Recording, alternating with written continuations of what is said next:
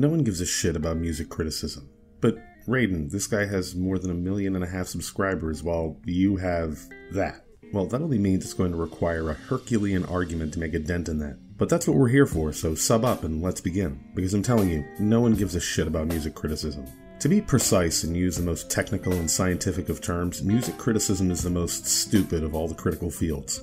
I mean, fundamentally you can boil criticism itself down to the point where it reaches utter uselessness, right? Because at the end of the day, it's just someone's opinion. There's nothing factual about judging the artistic merit and value of what is totally subjective. But because we're connected to one another, the relevancy emerges from our enjoyment in hearing what other people think of the experiences we share. So the value of the critic is then naturally derived from how much value we place in their opinions. So on the surface, it would appear that because Anthony Fantano has many followers, that his opinions are highly valued and coveted, but looks can be deceiving.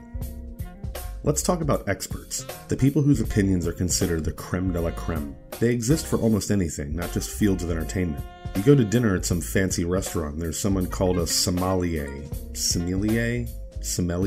This person knows more about wine than anyone, and they tell you about how, when they sip this Tempranillo, they detect notes of oak, a rusted ceiling fan, olives, and a June 2009 issue of People magazine with a coffee stain on the cover. And you're sitting there confused because you could have sworn this stuff was made from grapes. But you nod along and you just go with it, because this person is the expert.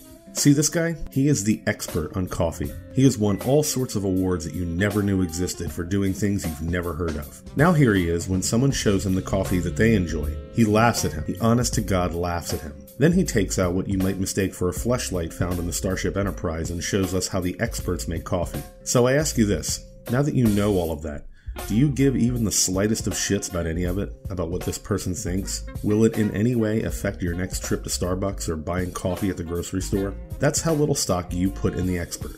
But let's say you're on YouTube and you watch some of the channels talking about movies, whether it's Red Letter Media or Your Movie Sucks, whatever. And they're reviewing a movie that you have already seen, and you're watching them because you want to compare your experience with that of some people who spend considerably more time and have considerably more knowledge of film. I use the words comparison and experience because they're highly relevant here. You're comparing your experience to theirs because you essentially had the same one, because you're watching someone who sat down and watched a movie in one place and one time, from start to finish, just like you did. But compare this to the experience of listening to music. How often do you sit down and listen to entire albums? Give them your full undivided attention from the moment you press play until it ends? The answer is probably never, because that simply isn't how we experience music.